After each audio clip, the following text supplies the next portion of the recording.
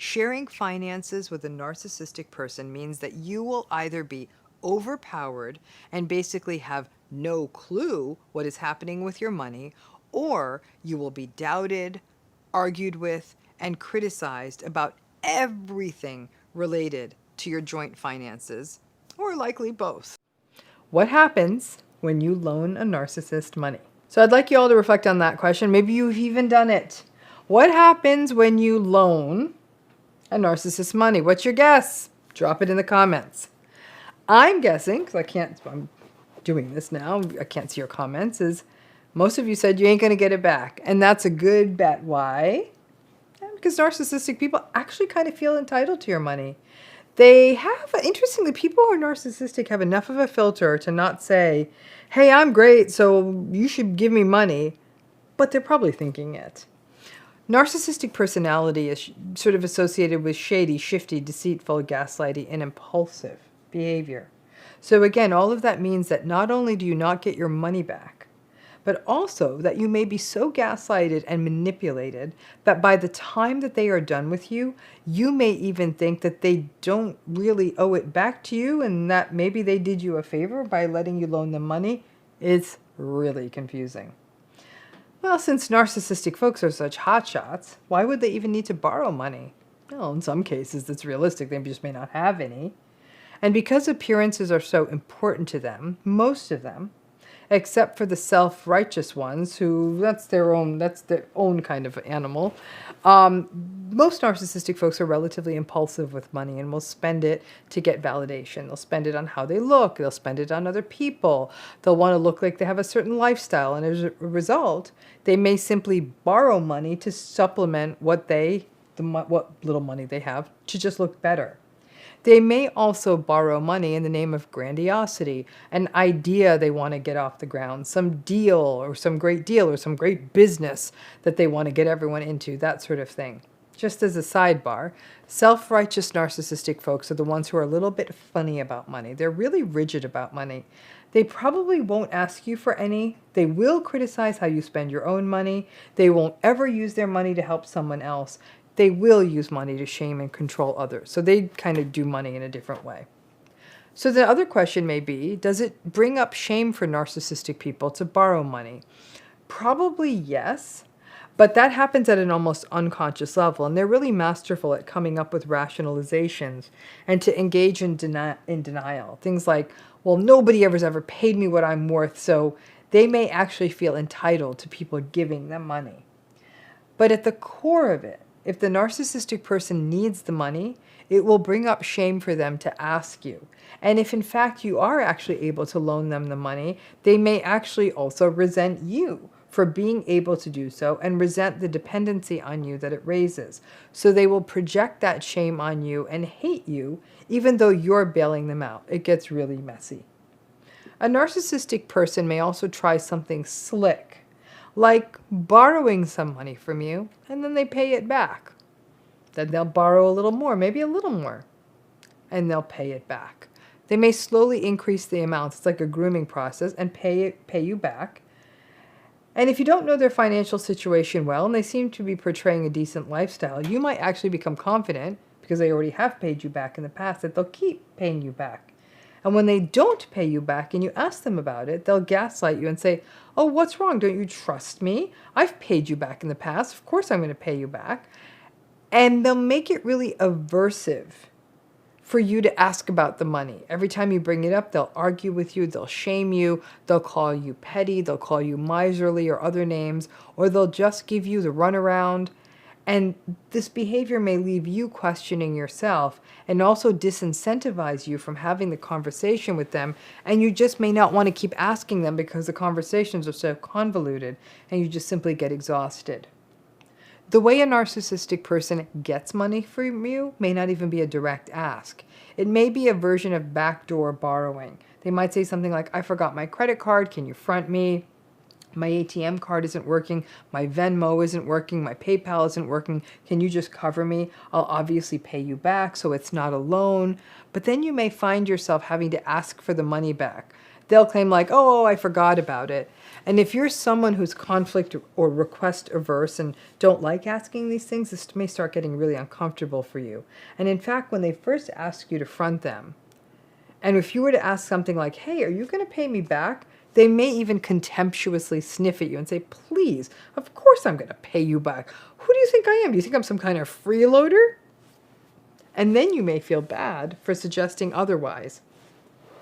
So it all becomes a very twisted manipulation. Getting into any kind of financial setup with a narcissistic person is always going to be a mess. Money has too much surplus meaning for them, so it will always end up badly. But it's not always the straight up loan as much as it is the backdoor ask that creates the problems. Or even the victimize ask, where they say, everything in my life is going wrong. And then you, being the empathic soul you are, might just give them money. Usual guidelines on any money lending to anyone, which is basically never expect money you lend back. So don't give any amount of money you can't afford to lose. Lie if you have to, but be prepared to lose it, especially when you loan money to a narcissistic person. And just as a sort of final follow-up question, you may be wondering, what if you try to borrow money from them? All I can say is holy heaven. They may pull out some kind of 50% loan shark agreement, or they may just say no, or they may humiliate and degrade you about why you need it, or even make gross suggestions on how you can pay it back to them. If they have it and you need it, to be in that disempowered a position, you would probably do better with a predatory lender or credit card borrowing fees than to pay the psychological interest rate of borrowing it from them. If it's a self-righteous narcissistic person you're trying to get the money from, they are so miserly that they will lecture you first, shame you and humiliate you, and then still not give you the money. Money and narcissistic people never mix when it comes to any form of relationship. Don't borrow, don't lend, and don't expect it to end well. The interest rate on borrowed money, whenever narcissistic people are involved, is basically an annual percentage rate on your soul. So let's talk a little bit about something we don't talk about enough. We talk about families, but what about working in a family business? And what about working in a family business when your family system is narcissistic? If this is you, please drop it in the comments. I know you're a specific group, but it's probably more common than we think.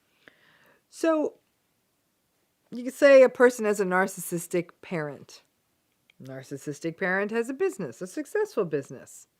The intention is that one day you might potentially inherit the business, or at the very least, the business's success will be a source of revenue for you. The anticipation is that you will work in the family business, and it may very well have been that your entire childhood was about never getting to consider another professional path. You may or may not be interested in what the business does, but you learn the business since there appears to be no other option. Your parent is only interested in you when you are showing interest in the workings of the business. Every summer was spent working at this business. Your college major was organized around working in this business, and now you are in this business. How's it working out for you? If you're in this situation and you feel comfortable, let us know. Now, for anyone, I have to say probably except for the golden child, having to work in a narcissistic family business is a bit of a toxic nightmare. Listen, if you are lucky enough to have a healthy family that has a business and you want to work in it, then great. I have seen it happen many times. And it's kind of cool to see how they're all focused on building something together that benefits them and others in the family. I mean, it's unfathomable to me, but it's cool when it works. Now, it's not like this in a narcissistic family system and with a business. Because all of that loss of identity that's caused by being in those family systems and not being able to individuate and become your own person, this is what will happen as long as you are in the business. You will be in a professional identity where you're still being treated as a 6-year-old child, even if you're 56 years old, and are never able to fully develop professionally. Your decisions, for example, for how to grow the business may never be taken seriously, and you may find yourself in the rather uncomfortable and incongruent position of feeling as though you have to wait for a patriarch or a matriarch to die before you will be able to actually make decisions in your position. And if you have narcissistic siblings whom you have to work with, then this type of situation is untenable. Now, people in these situations will report feeling manipulated and that they are ungrateful or bad if they do not agree to work in the family business. Others may feel quite torn, knowing that down the road, the success of the company will benefit their own or could benefit their own children, and they don't want to interrupt that destiny. Others will work themselves to the bone in an attempt to win over a parent who was eternally invalidating. Think Succession on that one. Now, sometimes the family member whose business it is or who runs it will believe that you should actually be paid less than you are worth on the future faked promise that someday this will all be yours, and leave the person in the uncomfortable position of having to go to the parent for handouts for all kinds of purchases and forever feeling like an adolescent who's asking for walking around money. In these situations, it's like there is never a break from the family toxicity. You have to show up to it at work, you have to socialize with it, build it into your days. Over time, this can really take a toll on a person and may result in health and mental health challenges, as well as impacts on your other relationships, and even a loss of a sense of purpose and meaning. So some of you may be thinking, so walk away, don't do it. Go get a job you want to doing something else. Some people may even think you are lucky you had a job that you could just pop into. It's not that easy. Again, this may represent some people's legacies, and walking away from it and running the risk that someone else may run it into the ground or even take it over can also feel like an issue.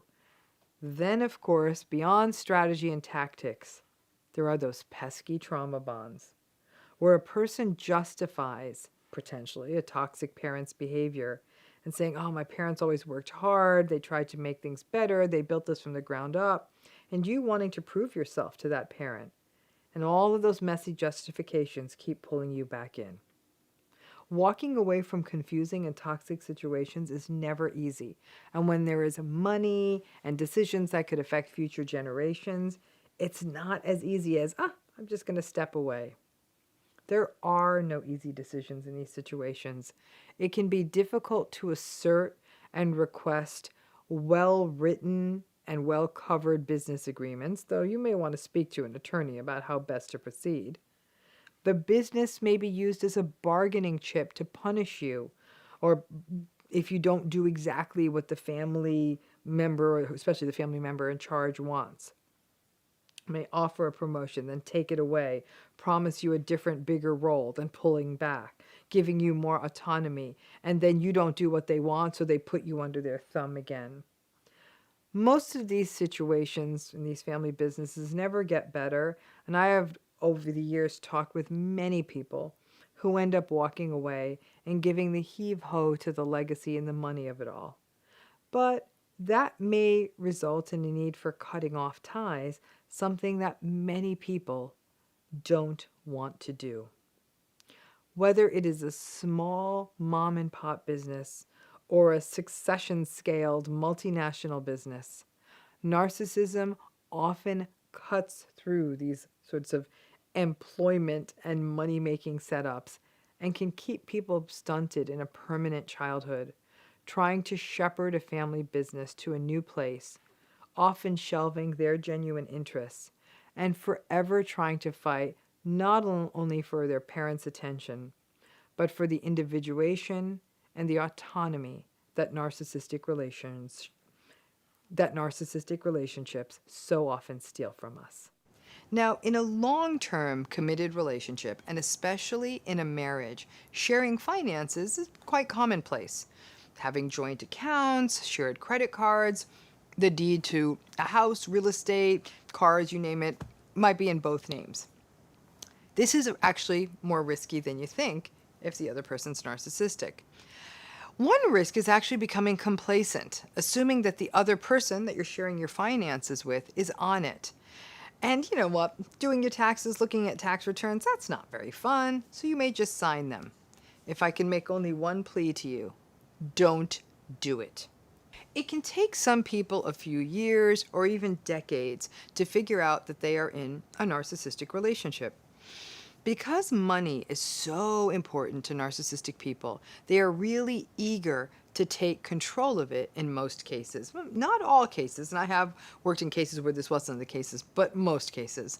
And if money and bookkeeping and investing and taxes just aren't your thing, it can be really easy to give over control to the other person, the narcissistic person in your life. And let me tell you, this is a really dangerous thing to do. Now, let's say you say, I want to be more interested in the money. The narcissist may sort of sweetly say, oh, okay, no worries, dear, I've got it. Or they may take the stance of, hey, I majored in business, or I run a business, or you don't earn as much, or whatever position they take. And you may give in thinking, well, they're going to want to manage our finances well, right? They're going to want to make sure the money is handled well. And they do know more about it. And I have enough going on, so why not let them take over the finances? This will definitely backfire on you years later, especially if it ever comes time to divide the whole mess. Or even if you don't get to the point of divorce and needing to divide it up, when it's time for a major purchase or unanticipated expense, you may not actually know the full financial picture. You may not know where the money is at. And if the narcissistic person is controlling the finances, then they get to control the narrative and really get to decide what major expenses get to be made, and you may not even know if it's realistic or not. Now, shared finances also require the uncomfortable conversations about budgeting, long-term goals, spending, the individual amounts you each take for yourselves for walking around money. These are difficult conversations to have in even the healthiest relationships. In a narcissistic relationship, it's like dancing on the third rail. You are very unlikely to come to any kind of agreement. You may face lots of contemptuous disregard from the narcissistic person. You may be labeled as selfish if you want to keep some money for yourself. You may be viewed as indulgent if you want to save a certain amount of money for children's college. You may be viewed as crazy if you want to save for a future illness. All of the prudent decisions that somebody might want to make financially in their lives may be poo-pooed by the narcissistic person. Now, on the flip side, if you are in a relationship with someone who has an obsessive-compulsive personality style alongside a narcissistic personality, then they will be obsessive about every cent. And in fact, they may be so over-controlled and almost catastrophically minded and even hoardy about money and about future finances. They'll say things like, well, we can't take a vacation until we save 15 years in an emergency fund. That there's absolutely no money spent on joy or fun or spontaneity. Now, in most cases, though not all cases, sharing finances with a narcissistic person means that you will either be overpowered and basically have no clue what is happening with your money, or you will be doubted, argued with, and criticized about everything related to your joint finances, or likely both. Because a narcissistic person's financial goals only relate to what works for them, the things they want, the goals they have, their financial fears, their need for financial control, with little regard for what is best for others, sharing finances can largely feel like basically losing control of your finances. The idea that a long-term partnership or marriage is about planning for a life together and the sacrifices inherent in that, that's not how the narcissist views this. It's all about planning for the life that they want and that you just happen to be along for the ride on. Now, if you do plan on a divorce, you obviously have shared finances because you were married, the whole shared finance thing will become a disaster. Forensic accountants are very expensive, divorce attorneys are very expensive, and if you weren't fully aware of how the finances were managed, you will be at a marked disadvantage. It is at this moment, for example, of doing the deep dive in finances during a divorce, that many people recognize the peril that these shared finances result in. And by the time the divorce is done, you may see that you are handing over a part of a hard-fought pension or the earnings that you assumed would be supporting you in your old age, and are likely in the dark about money they were able to move around and keep out of sight. And then you realize you're spending more money fighting for the money than actually getting any of it, and you end up with not nearly as much as you need. Shared finances may also be an issue in a family of origin. There may be family trusts, family accounts, and other shared family assets that get really messy really quickly if there are narcissistic family members involved. Family may dip into accounts that were narcissistic family may dip into accounts that were meant for all family members. They may literally give predatory loans to another family member who may be in dire need of money. So I want you to imagine, for example, a brother charging another brother 25% interest when he needs the money for medical expenses.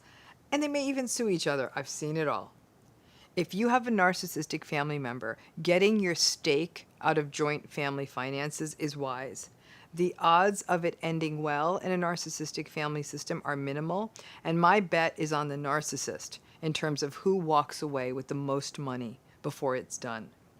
Many a narcissist, for example, they will try to convince other family members to put money into a shared account to help with aging parents or a summer home, and this often ends up being a slush fund for the narcissistic family member, who everyone might think was going to manage it because it's for all of you. Probably not. And if you start a business with someone who is narcissistic, and there are obviously shared finances there, always, always use an independent accounting service, very clear legal agreements, and ironclad contracts. A handshake agreement is not going to work, even if this is a family member or a longtime friend. Money will definitely bring their narcissistic stuff into starker focus. You have to write the arrangement in a new business as though they are going to screw you. I don't even care if you trust the person and they never do. You're going to have to write the agreement that way. Way too many people enter into business partnerships with narcissistic people with the naive thought that they can work around their personality differences because they both bring in a certain level of expertise. Trust me when I tell you, you cannot and you will not. I have seen people lose their life savings, livelihoods, their sanity, and more after making the mistake of starting a business venture with a narcissistic person. Whether you start a business with a narcissistic person or not, you may not fully know they're narcissistic when you start the business, but I'm guessing you probably did see some red flags. You're like, it's business, we'll figure it out. Do not assume you will just work it out. Contracts are essential, and if the other person has the contracts drawn up, get them read by your own independent attorney. Yes, this all does cost a lot. It beats the heck out of dealing with it on the back end. And you need to have a trusted, vested third party manage the money and look at your financial statements regularly. Do not let the other person manage the finances. Be careful of potential business partners who are slick, who are charming, who future fake and overpromise, and who say, oh, come on now, we don't need all of that. We're in this together. We don't want to waste money on that. I don't care who you open a business with. Start with the assumption it's all going to go wrong. Prepare for narcissism even if it doesn't show up. It's kind of like keeping an umbrella in the car. Even in California, we almost never need them. But it's good to have one. If it does, you have some protection, though the psychological impact of having a narcissistic business partner is awful. But if it doesn't happen, then for the next 40 years, you might have a bunch of contracts sitting in a drawer, and when you shut it all down, you'll say, ha ha ha. Money is such a fraught space with narcissistic people, so joint finances almost always get really ugly really fast.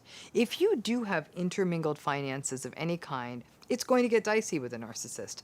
At a minimum, be on top of it. Regularly ask to see statements and set this as a precedent early in a relationship. If there's a lot of pushback on financial transparency, well, there's your answer. And you can start making a plan now instead of waiting until down the line when this will turn into a financial tragedy. What do you think happens when you make more money than the narcissistic person?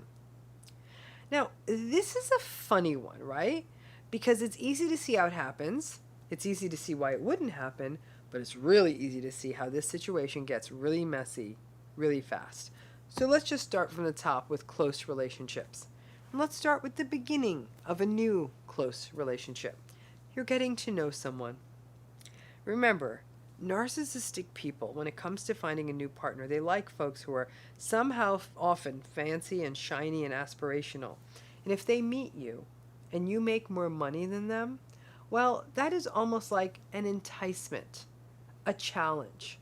Not to mention that you may offer access to things that they want but currently cannot afford. However, from the very beginning, if you make more money than them, or for some reason you have more money than them, their insecurities and inadequacies will really start popping up early. This may come out in passive aggression. Most commonly, it'll be passive aggressive stuff. Many people who find themselves in this situation may feel the need to appease the narcissistic person. They may not even know they're narcissistic yet, or even downplay their higher earnings to keep the relationship going. And this will set the tune for an insecure, embattled relationship for as long as it lasts.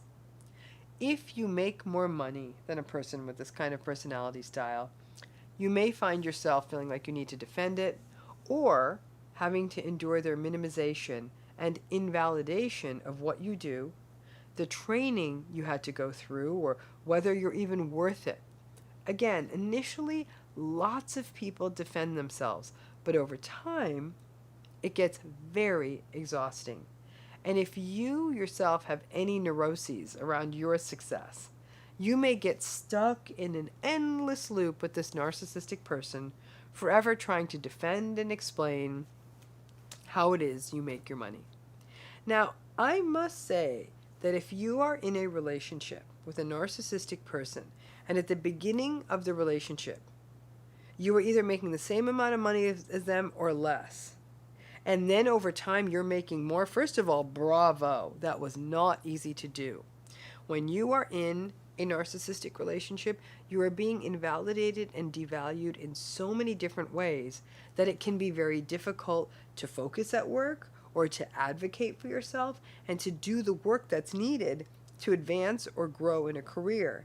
And to be able to do that while someone is always undermining you is difficult.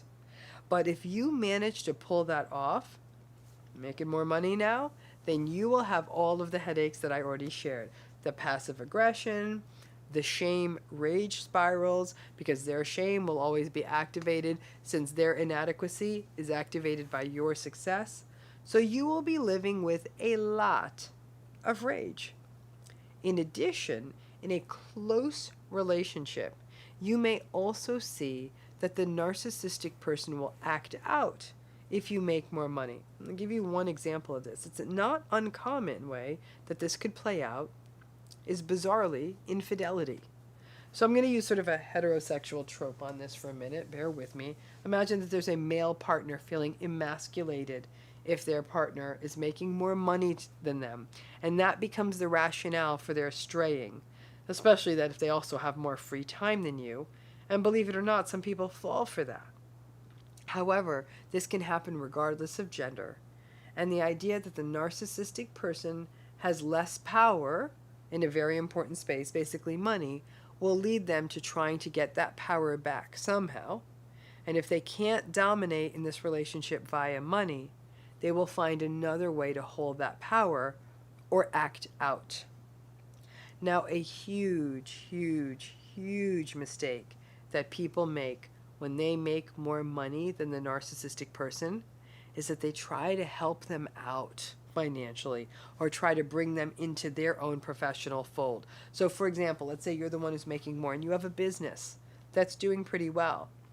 Bringing that narcissistic person into the business so that they can get paid and feel better about themselves, or letting the narcissistic person get too involved in the business. Bad, bad, bad idea.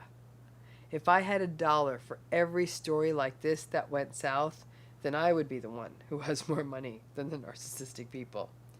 Too often, the person who makes more money than a difficult narcissistic partner they can feel guilty. That guilt is also why they are probably stuck in the narcissistic relationship, and will try to help the narcissistic person feel better by letting them be a part of things. More often than not, if you were to bring them into the fold of a business, the narcissistic partner will try to start controlling things, may even make bad decisions that hurt the overall business. They will definitely be the most toxic employee you ever had, and they will also likely triangulate or abuse your existing staff. Do not do it. Now, if you have a career in your career where you make more money is with an employer or an institution where it's just simply not possible for you to try to bring the narcissistic person into the fold, there can be a risk of feeling the need to take care of the narcissistic person financially, pour money into assets that benefit both of you, like a bigger house or fancy car, paying for vacations, things that not only bring the narcissistic person pleasure, but make them help them look better to the world. Again, this is another pathway by which the narcissistic relationship again devolves into something transactional. If you make more money than the narcissistic person, these relationships will almost always go poorly. Narcissistic people are not good at playing second fiddle, and least of all financially, and they will often clang and tantrum around in a really victimized and sullen manner.